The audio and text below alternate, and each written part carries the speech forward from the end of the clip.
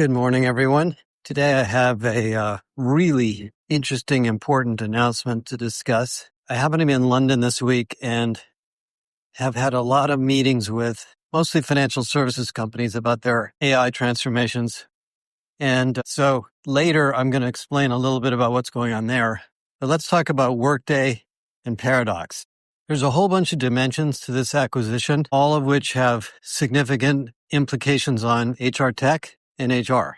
First of all, I think it's a really intelligent strategic move for Workday for three reasons. First, the talent acquisition suite at Workday definitely needs help, and this adds a significant enhancement, which I'll explain. Second, this has the potential to advance Workday's architecture towards a more AI-centric approach, which it is not really today so far.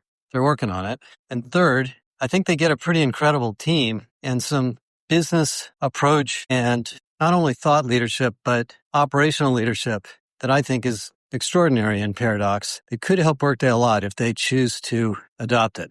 So first of all, who is Paradox? Around 7-8 years ago, there was before the AI craze, there was a flurry of interest in chatbots, and a lot of companies, vendors, started to build tools mostly based on NLP to deliver chatbots to job candidates. Almost all of them went out of business or were acquired because they didn't really have the underlying architecture to do more than chat. Paradox, however, was forward-thinking enough to realize that what they were really building was a conversational interface to the entire talent acquisition process. I don't know if they knew that in the beginning, but they figured it out pretty fast. And so what they ended up building over the years was a chatbot, originally called Olivia, with the things that a job candidate would ask, what are the hours, pay levels, skills required, location for this job, mostly for what was called frontline work, but later it expanded. And then they realized, well, we should have a way for this candidate to apply. We should have a way for this candidate to go through the interviewing process. We should have a way for this candidate to be assessed. We should have a way for this recruiter to look through the pipeline. We should have a way for the candidate to do onboarding. We should, after they join the company, we should have an employee experience also based on the chatbot.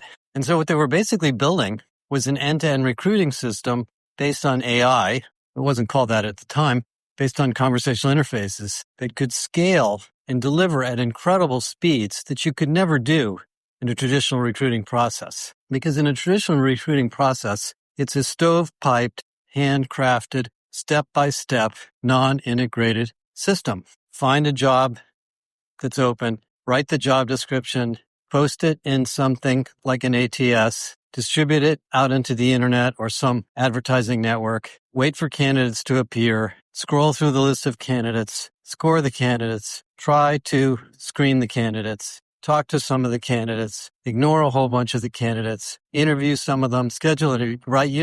All of these steps, there's probably 20 of them, are separate, and talent acquisition teams have to build this army of people to do all this with different tools for different steps. And the applicant tracking system is sort of sitting behind the scenes here, like the learning management system, but it doesn't really automate all these things. And the experience for a candidate is miserable.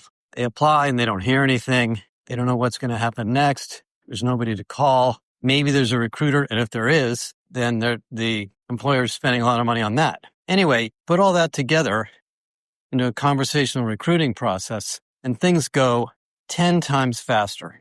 I mean, at McDonald's, you can be standing in line to get a hamburger, apply for a job, and accept the job before your hamburger is delivered to you. Now, that sounds a little bit ridiculous, but that's the kind of application that you can do with Paradox if you're a high-volume recruiting company, which there are a ton of them. Retailers, hospitality companies, transportation companies, healthcare companies, all sorts of food service companies, all sorts of franchise businesses have to hire people seasonally, regularly, constantly because they have high turnover.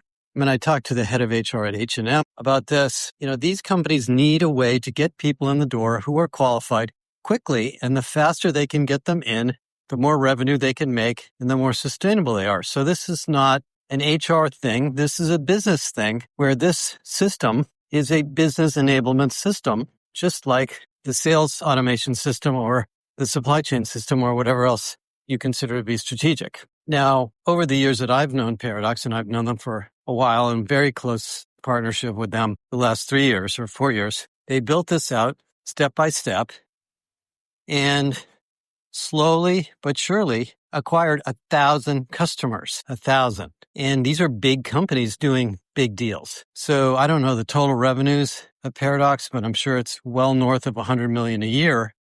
This is not a small company, and I frankly thought they were going to go public, but so much for Workday. This is a good deal. The management team is very savvy. They have great product people, great marketing, great sales force. They go to market in a very unique way. They don't just sell the product and the features. They work with the client to understand their recruiting process and directly prove to the client how much money, time, or quality they're going to save by implementing Paradox.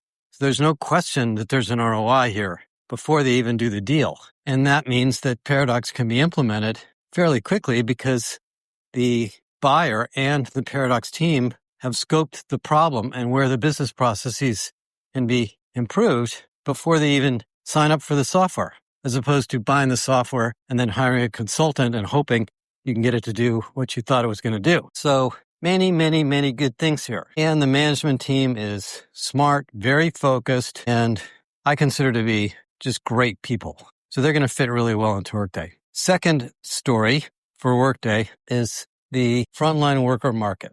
We're in the middle of writing a big paper on this. So I've done a lot of research on it, and we just gave Workday a bunch of data, which they were not aware of, which essentially shows that roughly 70% of workers in the United States work in a frontline capacity. That's 125 million people. These are the nurses, the retail, the restaurant, the Uber drivers, all these people that you interact with as a customer or consumer that are the ones that are generating the revenue, generating the customer experience, generating the services for all of the companies you do business with. Very, very important workforce that has been more or less ignored by HCM providers, with the exception of UKG, who totally gets this. But most HCM providers don't think about this part of the workforce that much. It's an add-on with some features, but not really a core. This is where Paradox thrives. So now Workday, in the recruiting domain at least, and probably later and more, as I'll talk about, has the potential to win over this segment of the workforce, these kinds of companies, these industries, these organizations, in a very significant way. And given the fact that the HCM market is very competitive and Workday's growth is, not small, but it's certainly not at the rate it was when they were younger, this opens a lot of new doors for them in customer sets and industries where they really didn't play. And, in the past, Workday was very apologetic about their industry strategy and pretty much said, we're not going to go after those kinds of industries. Well, now they can to a large degree. And that's a big growth factor for the company. That could double or triple the size of the company if they get everything else wrapped around it. So that's number two. Number three is the management team and the technology. Now, Paradox is a little bit pre-ChatGPT in terms of under the covers. And I've heard complaints from other vendors that it's kind of old technology and this and that. And, maybe it is, maybe it's not. I can't really answer that. But Workday needs all the AI skills they can get. Anybody who understands and has experience building AI systems, has experience with the user interface, the technology, the design, the implementation process, the use cases for clients. And so this brings all of that expertise into the Workday product group and presumably into the sales organization. HiredScore was a great tool. It's a relatively limited system compared to this. And so you couple this to HiredScore to some of the other things that Workday has done, and their talent acquisition system and later the rest of the HCM system can really add this conversational stuff much more significantly. I also think the Workday Assistant strategy probably still needs some work. I know they've worked on it a lot, but there's a lot of direction where that can go if you were to compare that to Joule from SAP, and that's where Paradox could contribute as well. So I think this is a very big deal. I think in terms of market cap and revenue and value, it could be worth $1 billion to Workday. I don't know what they're paying and how that deal is negotiated, but I really am a big fan of this. And because I know the Paradox people and we've talked to dozens of the Paradox customers, they're getting a very, very happy customer set. The only sort of downside to this is the same downside that Oracle had when they bought Taleo and Workday had when they bought HiredScore is that anybody who's using Paradox who isn't a Workday customer could be stranded at some point in the future. I don't think Workday wants to do that, but over time, as these products get more integrated, the non-Workday customers will find it a little bit less attractive, and they may lose those customers or some of them, but I don't know if that is anything to worry about at the moment. So I'm a big fan of this, and hopefully other people see it the same way I do. Second thing I want to talk about is AI transformation in general. Everybody's been dealing with this. There have been, thousands and thousands of articles by everybody on the planet about jobs disappearing, work being redefined, task analysis, the role of humans versus machines, trust and bias, on and on and on. We're going to be working on this for a decade, I believe. But so we started a group of companies to talk with. We're partnering with Rejig here, which is a new company that does automated AI-based task analysis for work redesign. By the way, who's a Galileo partner. So you can actually experience Rejig in Galileo. And we've had about 40 companies involved. And this week when I was in Europe, I talked to 7 or 8 companies yesterday about what they're going through. And let me give you sort of my high-level thoughts. So we're going to write a paper on this. There's sort of some business issues here, and then there's some tech issues and design issues. On the business issue, virtually every company I talk to is going through some form of productivity initiative or downsizing or hiring freeze around AI because they see the economy slowing and they want to spend more money on automation and they believe they would be left behind if they didn't do it quickly. And in a lot of companies, the bigger ones, it starts with the Microsoft Copilot or ChatGPT and expands out. And there's a initiative to build AI fluency or literacy, as it's called, in the general workforce. And then we start rolling out tools. And a lot of them now are building their own chatbots, not just using the Copilot or customizing it, of course, and putting together rules and policies to govern what should go into it and what shouldn't go into it so that it starts to become a trusted agent inside the company. So one of the banks I met with this week has done a really spectacular job with this. They started with a customer chatbot that was so successful, they just rolled it out to the employees. And now they have in HR 3 gurus integrating it with Workday on their own without the use of a big technology integrator or anybody else. So this is really easy to do. And I've talked about this a lot, is that these are tools that you can do a lot of programming on your own. You don't need to have $1 million of consulting help to do a lot of this work. Galileo's proof of that. Look at what we've been able to do in a couple of years with Galileo, and we're not even a tech firm. So there's that.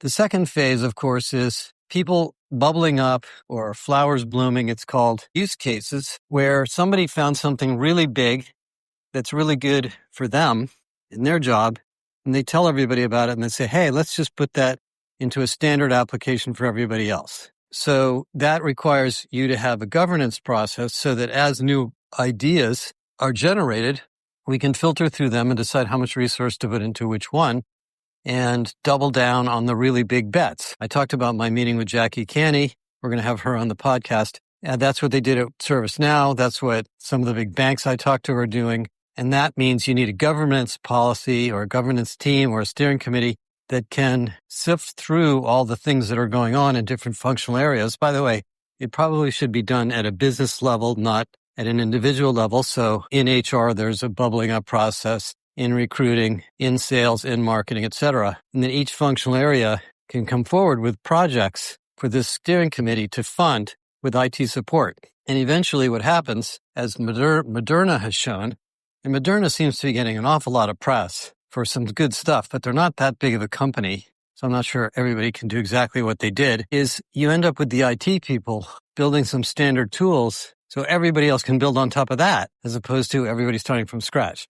And that's what IT is good at. So that's sort of happening out there. And then the third level is where a business executive says, okay, well, wait a minute. There's one gigantic opportunity here that we need to work on. Let's marshal an even greater amount of resource on that. And maybe that's claims processing in an insurance company, sales management in a software company, supply chain management in a retail company. And let's build an end-to-end AI strategy for them.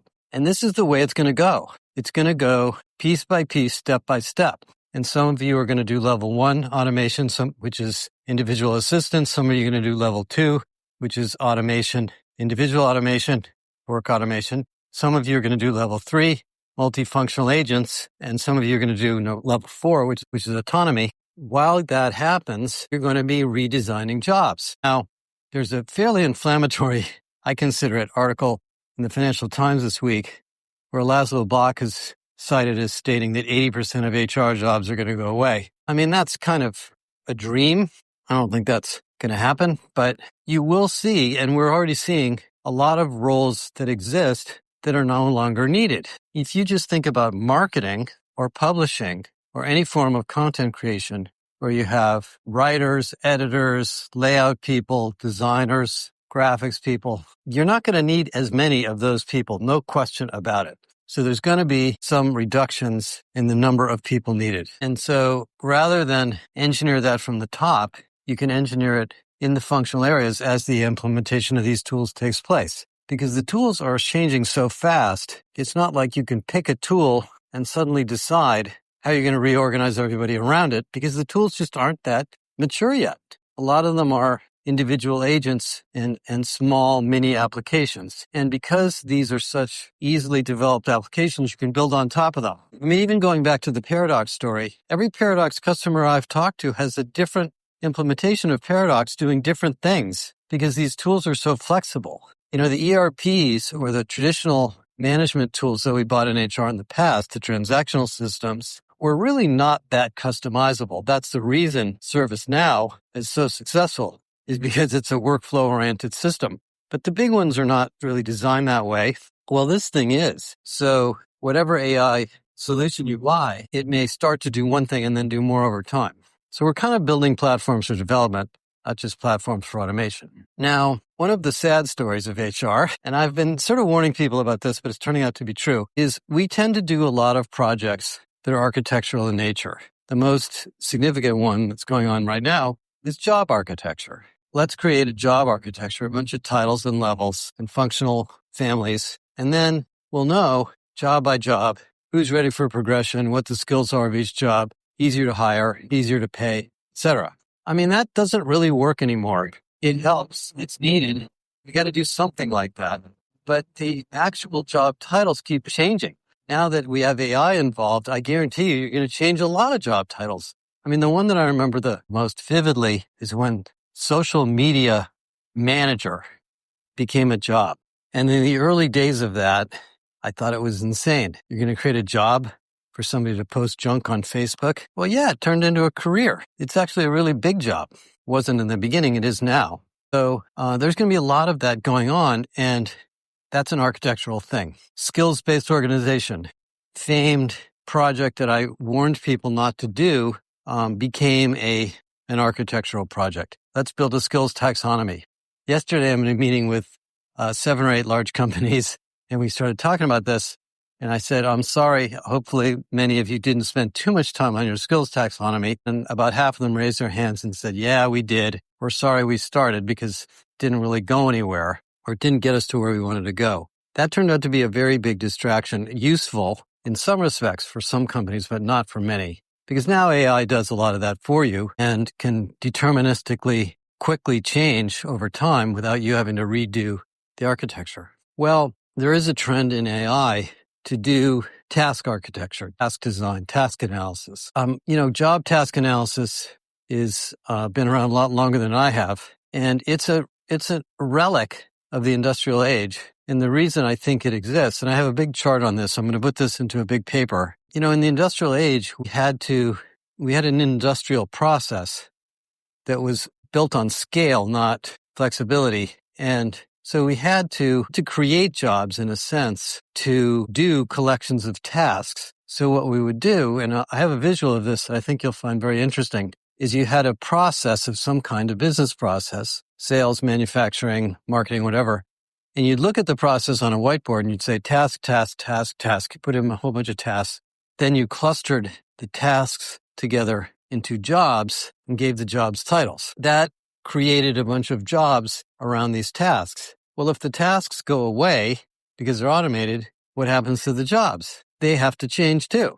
I mean, the job of managing the AI didn't exist before, but that job replaced a whole bunch of task-oriented jobs that the AI is doing for you. So there's a trend of companies saying, let's do a task analysis of all the jobs in our company so that we can re-engineer them. The reason I think that's not a good idea is not that it isn't a good idea in an individual business area. It certainly is, because then you'll really see how this automation works. But across a big company, it's going to change pretty consistently over time. And you can use tools like Rejig, for example, or another tool that does it is Drop, D-R-A-U-P. And you can see the repetitive tasks and repetitive jobs around the company. And you can get a really good high-level perspective on things that should be centralized or automated or tools that should be shared. And so on the positives of this, you could find areas to automate that you really didn't even need AI for by doing job task analysis of the whole company. The reason I'm not sure it's a good idea to do too aggressively is it may not get you to where you want to go, because these AI tools and AI vendors are so creative in the way they're rethinking work that you almost have to start from scratch. I mean, the way I'm seeing it in our company is the tasks that we do today are changing almost every week as we learn how to use Galileo better. So if we did an analysis at one point in time, it would be very valuable, which we kind of do regularly, but you want to do it in a dynamic way. So you want a dynamic job redesign process, which to me is more of a muscle than just a project. And so I'll talk more about that in the paper. But relative to Workday and Paradox, they're going to be getting into this. And so those of you that are Workday customers, I know a lot of you are, we're going to be pretty excited about this. By the way, the FlowWise application I talked about last week is probably going to dovetail into this, because if Paradox gets well integrated into Workday, there'll be development tools on top of it. So there's a lot of good possible things here that Workday could be doing. Okay, so that's a little bit more time than I usually spend on these podcasts, but let's stop there, and we'll be filling you in much more on this at the HR Tech conferences coming up, and reach out to us if you'd like to talk about your situation. Thanks a lot.